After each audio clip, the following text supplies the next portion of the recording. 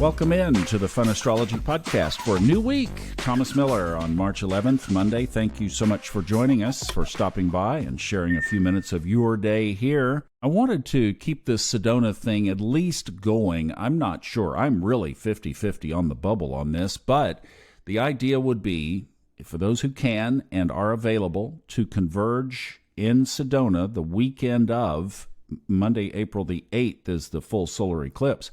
We'd get together Friday, Saturday, very informally. Just know that I've been through a lot the last month, and I'm not sure that taking that on is smart, but we'll see. And I just wanted to know if you're interested in being in Sedona together. Local time would be about 12 noon for the eclipse. I would do a little live thing, and Robert's going to be on with me. And if you're interested and available, both sides of that equation, then go to the funastrology.com website, lower right, hit that chat bot, and just send me your email and just say interested in Sedona, and we'll continue the conversation together. Now, I'm telling myself here, I am having a fit of a time adjusting to this time zone, and I knew that I would, because it was always the west, the Pacific time zone was always out there when I was on the East Coast. Now I set my chart up, and it called up to Asheville, which is, of course, where I was, and it's like high noon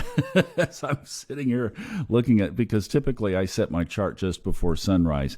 But this is that period that I saw, oh goodness, maybe 2 years ago, just looking forward and looking ahead through the months. I saw this stack up in the spring of 2024, and I thought, how in the world are we going to do a daily podcast when there aren't any aspects? Because everything is, like I said last week, tightened up here. We've got it between 4 signs, but 108 degrees.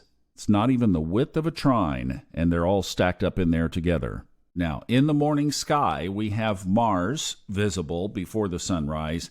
Now, Venus and Saturn are getting pretty close to the sun, probably getting washed out. I haven't looked yet from here, but I've got a great eastern view, and I haven't seen them up in the sky, but they are fairly close to the sun now. That's the configuration of what's coming up before the sun itself. Saturn is the oracle planet, the one that comes up last before the sun rises. And speaking of the sun, just a reminder, we have this week and a couple of days of next week, because on March 19th, the sun moves into Aries. And today we have a sign change as well, because this evening at 5:50 Eastern, Venus crosses out of Aquarius. Like I said, was getting closer. It's chasing the sun down. It will move into Pisces at 5:50 this afternoon. On Saturday's episode, Ray Merriman mentioned this aspect, but said it didn't have a lot of financial horsepower or firepower behind it, but did acknowledge that it's a good aspect, especially for love and spiritual connection. An overall good feeling if you're choosing the high timeline. If not, then it could muddle up the waters, and your partner could be doing some things around your back that you might be oblivious to. Live in open communication and live in honesty and in integrity and experience the fullness of everything that Pisces is, with Saturn already there and Venus moving in. A great couple of weeks this is going to be to establish some really new, deep, solid spiritual roots. Now, it only lasts until April 5th. Then Venus moves on into Aries. Quick little transit here, so make the most of it. We're kind of running out of soap here related to Pisces, because think about it. Once Neptune and Saturn leave, then all of the slow movers are out of Pisces for a long time. Then it's going to be aspects. First a sextile, then a square, then a trine, then an opposition. But it's going to be a long time before we have the concentrated spiritual energy that we've been enjoying on the high timeline path. And how many of you, if you look back to 2011-12, how many of you have grown spiritually in that time? I would say, I have. I can hear in my headphones, you're screaming, oh my gosh, it's been amazing. Well, that's Neptune in Pisces, Neptune at home. That's going to be moving out here, so we really need to pay attention, capture all these opportunities, because once it's gone, it's going to be a new dynamic. And even though Pluto is a slow mover that is still approaching Pisces, it won't be for another 20 years.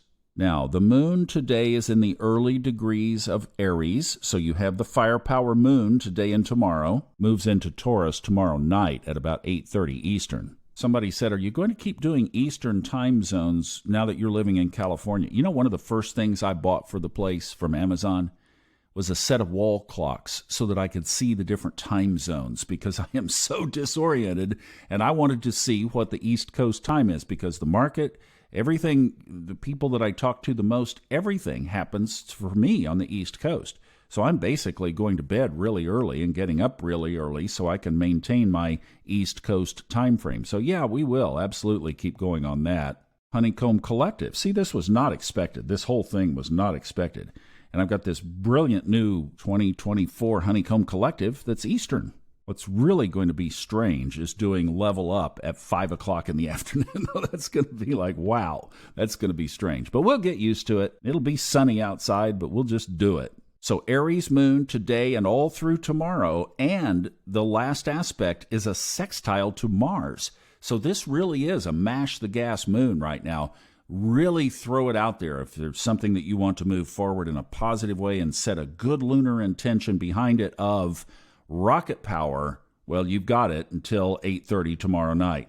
The other thing of note is on Thursday, we'll talk about this more, but the 21-day window of the moon wobble begins on Thursday, and that's backing up to, I believe it's April 4th. Yes, April 4th is when the sun conjoins the north node, so back up 21 days from that, you get Thursday. And it is so scattered what and where happens under the moon wobble, but just to be aware, because the last couple of times it has been significant.